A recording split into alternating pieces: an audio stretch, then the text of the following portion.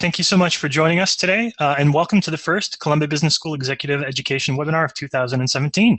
We're really excited to have a whole new year of webinars and exciting content to deliver to you, so thank you for joining us today. Just a few notes before we get started. If this is not your first webinar, you will remember that we encourage you to ask questions throughout the webinar using the Q&A box on your screen. We have about 20 minutes for presentation and 10 minutes at the very end for questions. Ask the questions as they come to mind, and then we'll circle around to them at the very end.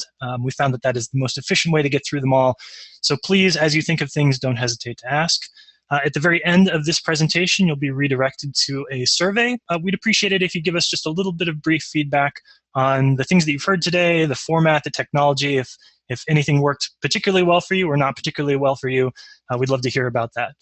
But today we're going to be delivering a webinar on quantitative intuition, making effective decisions in a world of imperfect data.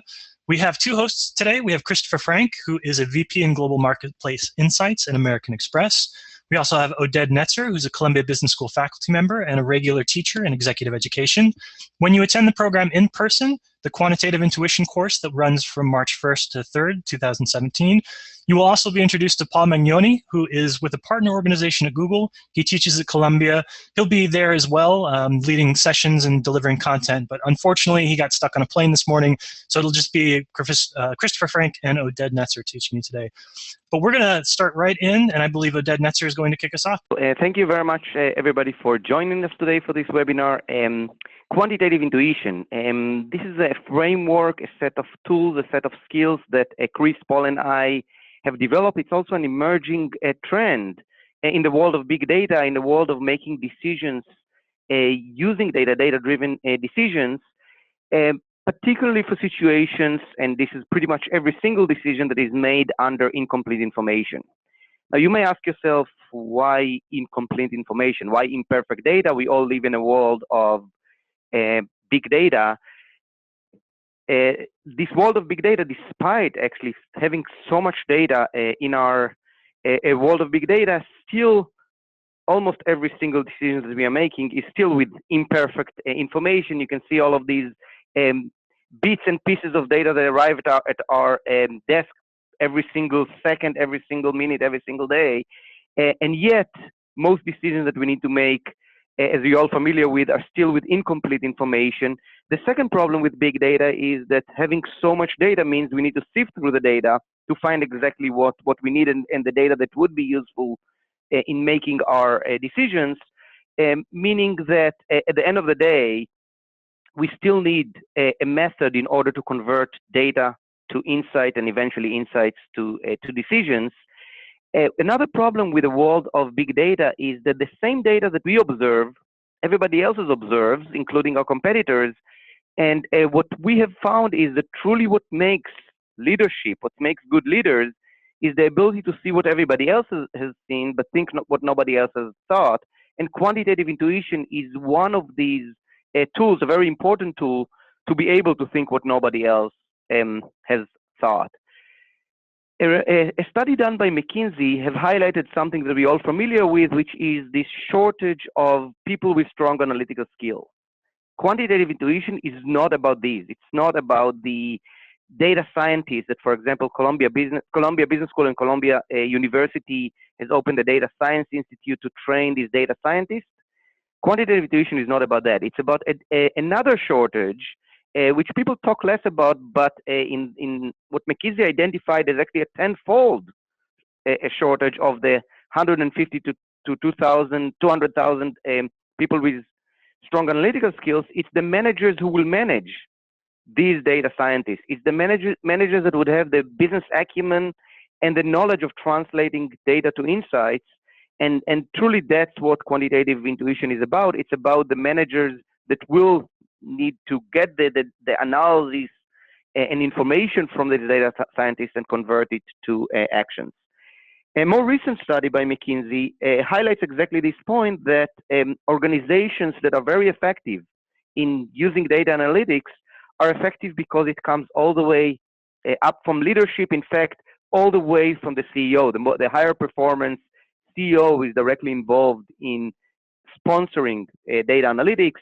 At the lower performance, the biggest challenge is often with organizational a challenge. So what does it mean? What does it mean for us, for leaders, to have this quantitative intuition, this app to be able to make decisions using data? I generally think about it as two segments of managers. There are these managers who are very deep into the data. They're at the level in this pyramid of data analysis and conclusion. They're in the data, they look at Excel, they look at every single cell and making sure it's correct. The problem with these managers, they often don't see the forest for the trees. They often do not see the business problem. They forget about the business problem, making sure that the data is accurate and sensible, but losing track of the big picture. On the other hand, we have the second type of managers. These are the managers that are very comfortable up at the 30,000 feet at being up there and receiving the information and just making decisions based on it. These managers, as my Jewish grandmother used to say, you can sell them babkes.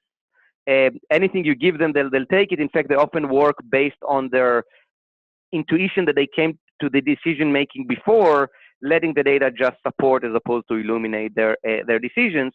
A good quantitatively intuition apt manager is a manager that is able to go up and down this elevator from data to analysis to conclusion to business problem, and often then back to the data, and going very fast up and down this elevator, not forgetting why we went into this journey, the business problem, but yet making sure that the information that and analysis being done on their behalf truly helps in making these decisions. And this is truly where quantitative intuition is useful. So I've already mentioned the word quantitative intuition about 1,000 times, but I haven't actually described what it is. So let me actually describe Chris, Paul, and my definition of what is quantitative intuition. I'll actually read it straight from the slide. A quantitative intuition is the ability to make decisions with incomplete information via precision in questioning and business acumen driven by pattern recognition. This requires parallel view of the issues that matter rather than logical sequence of thoughts to see the situation as a whole. So there are three pillars to this notion of quantitative intuition, three pillars that Chris, Paul, and I are emphasizing and explaining in detail. How do we get these skills to first, pillar number one, precision questioning, asking smart questions, asking questions that make sure that our data-driven journey is useful, asking questions that change the discussion in the room. That's the first step. The second step is pattern recognition. Again, this requires a set of skills and a set of tools to allow us to connect the dots, to be able to see information that is coming at us and being able to actually connect the dots to deliver some insights from it. And finally, parallel view, the third pillar. What parallel view is all about, it's about moving away from simply summarizing everything that we see, which what data scientists are very much trained to do, towards more of a synthesis of the information, towards a point where we can actually tell a story from the data, but tell a story from the data where the data is not the main actor, but rather the supporting actor in the story that you, as a manager, are telling. So these are the three components. What I want you to think about when you think about quantitative intuition and what it is, the picture I want you to have is, think about this manager who's sitting in a meeting, as we've all done, seeing tables after tables of information and data arriving at us. And this manager with a strong quantitative intuition would sit there and at some point would say, wait a minute. This number doesn't speak to that number. The number on slide 13 doesn't speak to the number on slide 16, and therefore this doesn't make sense to me. Do you think that this guy, this manager that was able, this guy or this girl who was able to make this observation, were they the best in their class in math? Did they just make calculations, some log or square root logarithm calculations? No, what they were able to do is they were able to identify a pattern, to have a parallel view across numbers presented to them, and then ask a very precise question of, this doesn't work together with my stomach, right? It's exactly this combination of quantitative intuition. Again, quantitative intuition sounds almost like an oxymoron. Often we think about quant as the opposite of intuition. What quantitative intuition is, using your business acumen, using the few numbers at the tips of your hands that you know because you live your business, together with the information arriving at you, being able to make better decisions with incomplete information. One question is, well, if our stomach is so good, why shouldn't we just rely on our stomach? Why not just intuition? The reason for it is many biases that we have in our decision making. This is a study actually that was done not actually with a jar of gumballs, but actually a jar of pennies. And people were sitting around a table with a jar of pennies in front of them, and they were asked to guess how many pennies are in the jar. In one condition, they had every single person writing on a piece of paper how many pennies they think are in the jar. In a second condition, they had people go around the room and everybody trying to guess, stating out loud how many pennies they think are in the jar. Which condition do you think got closer to the truth? It was actually the first condition that was much closer to the truth, when people did not reveal their guesses. And the reason is, in the second condition, if the first person was close to the truth, the overall guess of the group was right. If the first person was off, everybody else was anchoring on the first person and actually got the answer off. There was actually a third condition to this experiment. In the third condition, not just that they went around the room, but they actually gave a role to people. And one of the roles was the leader, and as often happens in meetings, the leader was the one who made the guess first. This was the worst condition in terms of guessing how many pennies were in the jar. And if you think about it, that's exactly what is happening in the boardroom. The leader is the one speaking first. The leader is the one anchoring everybody on the decision, on the information, and then we all are now biased and insufficiently adjust to the anchoring by the leader. Quantitative intuition is exactly around overcoming such biases. The notion for quantitative intuition comes from a theory in psychology that suggests that in our brain we have two systems. We have system 1 and system 2. System 1 is all about intuition, about this unconscious automatic reasoning. On the other hand, system 2 is all about the thinking, all about the conscious reasoning and deliberations.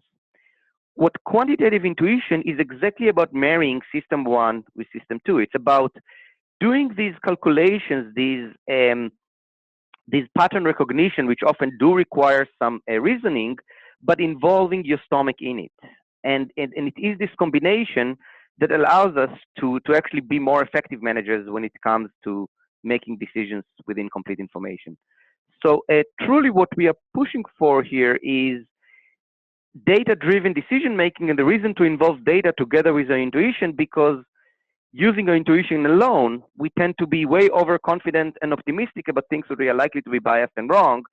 Data, the quantitative part of quantitative intuition, allows us to actually ground some of these intuitions or show us that our intuition was awfully wrong. One question that Chris, Paul, and I are often being asked is, well, if it is indeed intuition, can it be taught?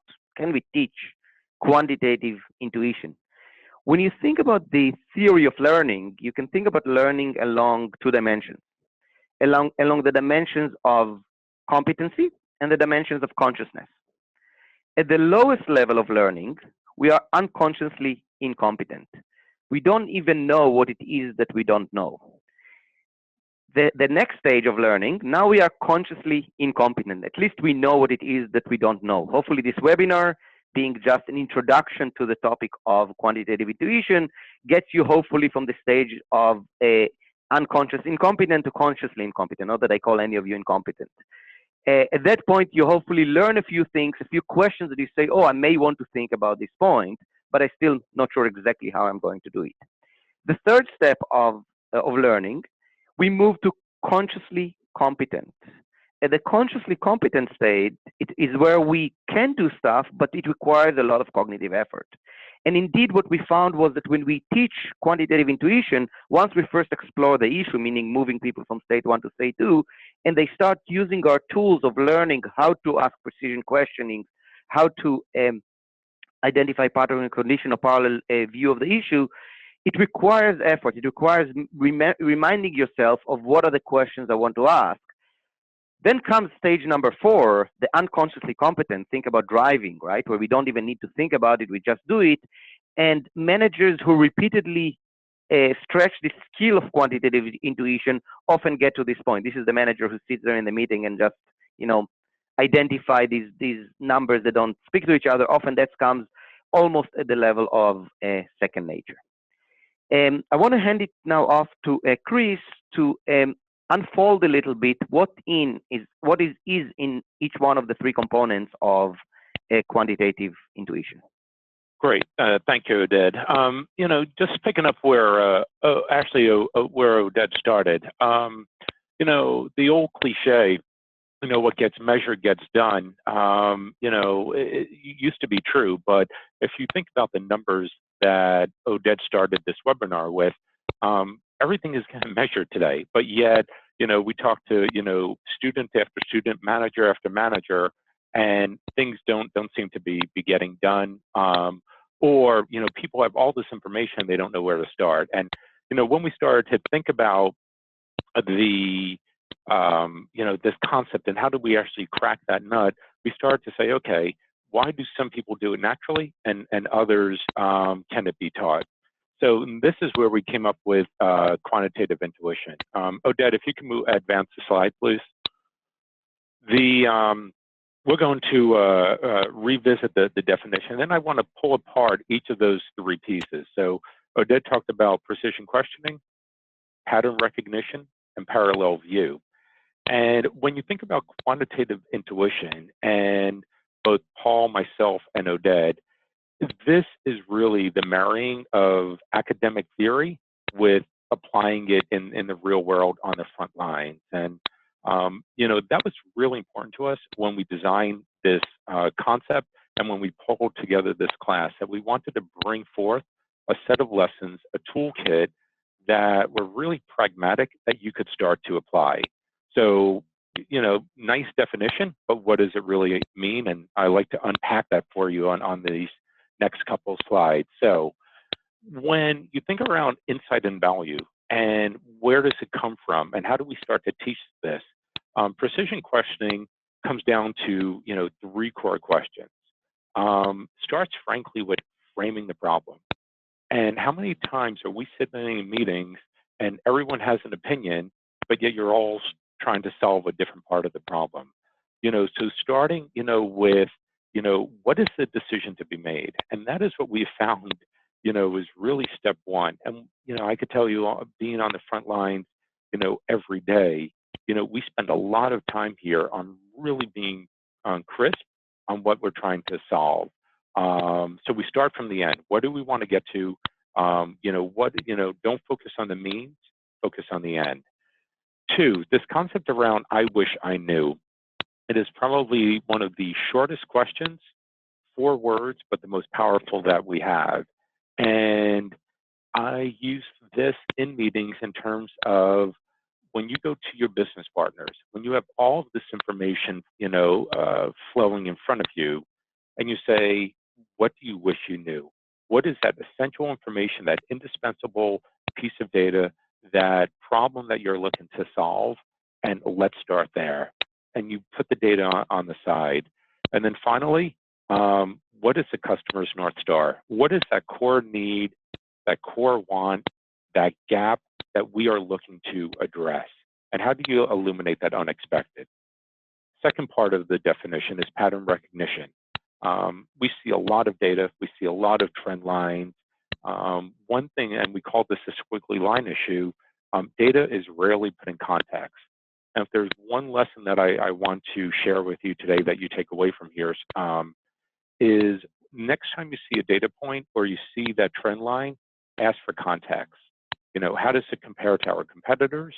How does it compare to our absolute position? How does it change over time? Second, number 5, interrogating the data. One thing that we continually see is, really understand the analyses, the biases, and the assumptions. Oded talked about biases a few slides ago. From our experiences, we all bring a certain bias, a certain perspective is another way to think of bias. And every analyst out there, whether it's a data scientist, a data analyst, or a data artist, they all impart that, whether purposefully or subconsciously. So you should really pause to say, okay, let me understand what biases, what assumptions have gone on here. The art of guesstimating, this is the magic that we've seen when we're all sitting in meetings. We've all spent, a lot of time pulling together presentations, and we spend a lot of time with the data, and we think we've thought of everything. And someone unexpectedly who is, 10 minutes into the room says, wait a minute, they raise their hand, and they seem to ask that one question that makes everyone just pause to say, that's a great question. And what are they doing there? One thing we see in guesstimating is you go to the extremes, you go to the poles. And a way to very quickly test a model, test a solution, test a theory, seemingly to get that quote unquote intuition, is to go to the extremes. If I give you all the money you want, what does success look like? If I shut down this program, what will that look like, and what will happen? Often when we talk about guesstimating, it's not a mathematical exercise.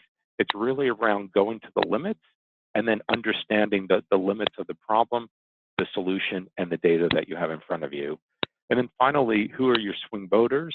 Too often, we ignore the people in the middle.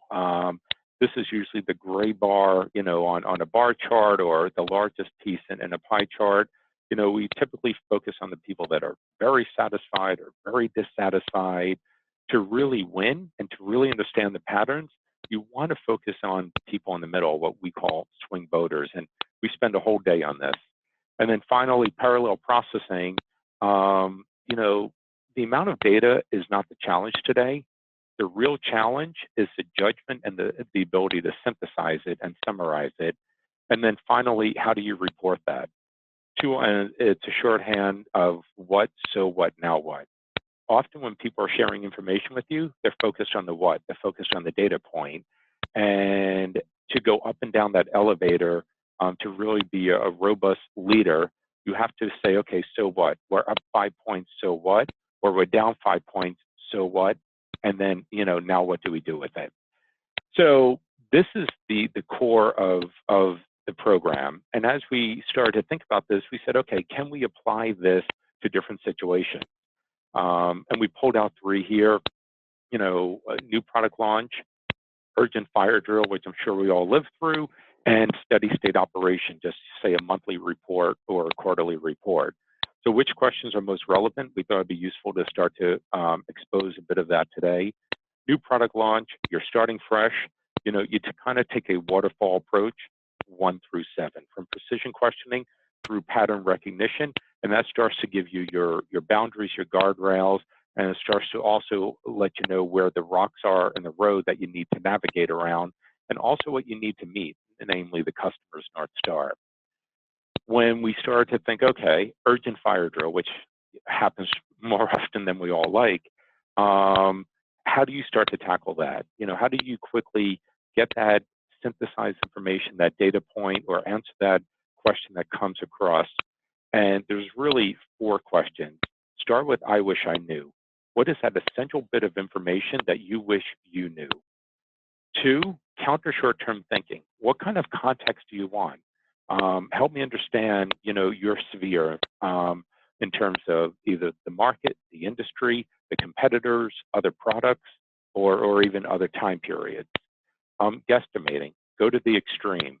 If we go to 0 or if we go to infinity, what does that look like? And finally, use the data to tell a story. Just don't give a data point. Data is the supporting character. It is not the main character. So step back and think about that 1 or 2 sentence synthesis, like what does this really mean? So that's how you can quickly address a fire drill with this. And then with this model, steady state operation. You're going into a monthly report. You're doing a quarterly review, business unit review, and you're showing the trend line. Again, talk about your assumptions, talk about the caveats, put it in context, talk about the people in the middle. Just don't talk about the ends. And then also be sure to focus on the so what. Okay, what does this mean? And then now what? What could we do with it?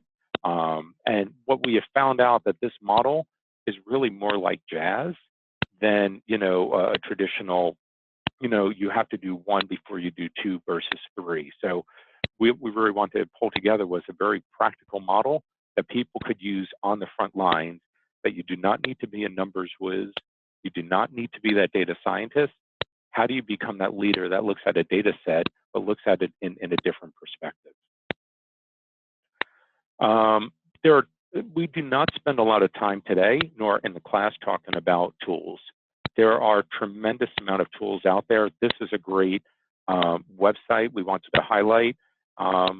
What you're not seeing here in this small thumbnail image, but within each circle, there is a word, and if you click on that word, first of all, you pick your general area, say customer experience, then on the right-hand side, then you click on that circle or on one of the links, and it will give you a series of data tools to allow you to tackle the problem. Tooling is not the issue, judgment and synthesis is, and that's really the core of quantitative intuition. So we'll wind up with a favorite quote and how to think about data. He uses statistics as a drunken man uses lampposts for support rather than illumination. And our whole advice is data should be used for illumination, not for support. So with that, we'll open it up to questions. I know we have a few minutes left.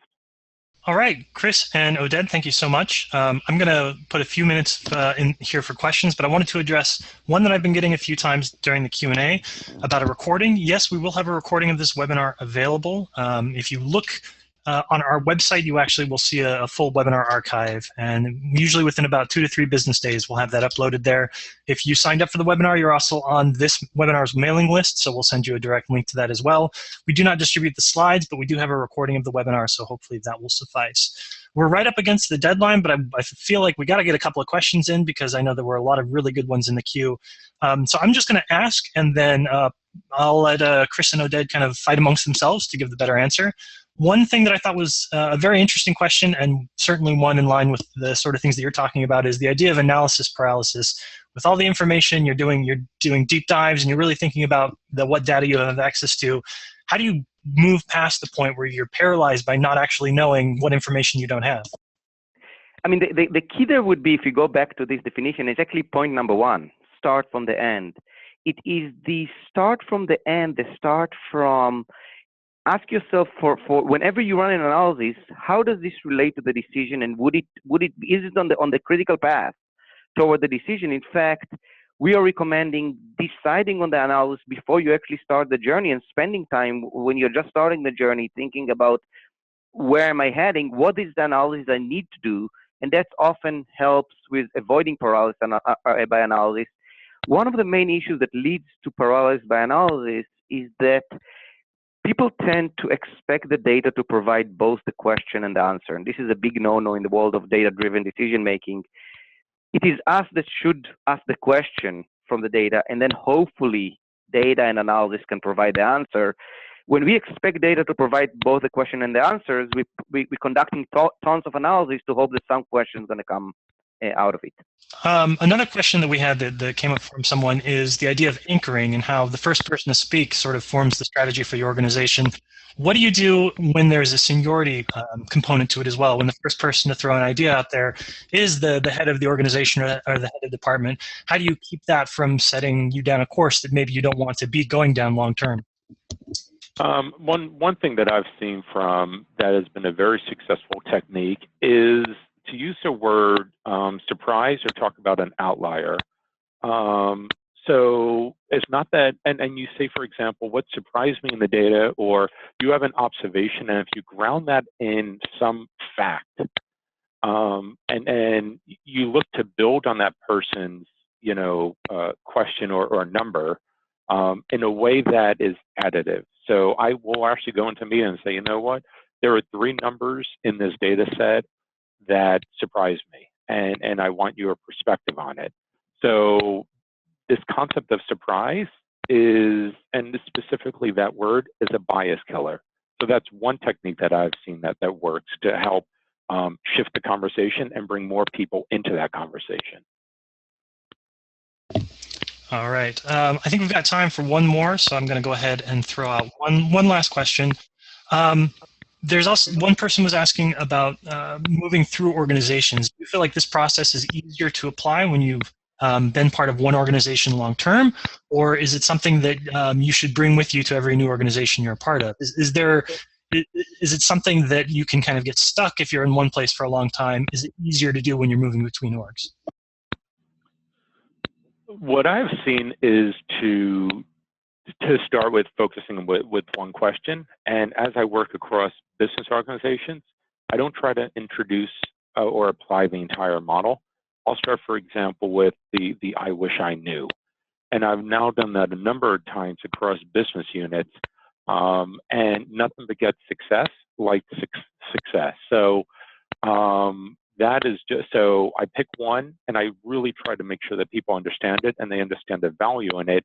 And then what I've found out that is I'm getting pulled in to other organizations to say, you know, hey, that consumer group, you know, approaches the problem this way, you know, we help us understand that, as opposed to going in and trying to apply all 9. All right, Christopher, thank you. I think that's actually about all the time we have, but I'll tell you what, one thing that we do at the end of these webinars is we make sure that the faculty members have a copy of the questions that we didn't get to. And when you attend the program, you might actually find some of those questions that didn't seem answered today worked into the curriculum a little bit. So again, the next iteration of quantitative intuition takes place March 1st through 3rd here at Columbia Business School campus in New York City. You'll get some information about the course as well in the email that invites you to the webinar recording. So if you have a few more questions, or you want to look at the bios of the speakers or see the agenda, be sure to click on that link when you get it and go to our course site. We'll have some more information there. Again, I just want to say thank you to both Christopher and Oded for spending some time with us today, and thank you to all of you for joining us for the first webinar of the year. We think it's going to be a really exciting 2017, and we're glad that you're here to be a part of it. So again, Christopher, Oded, thank you so much. Thank you Thank all. you all for joining us, and Happy New Year.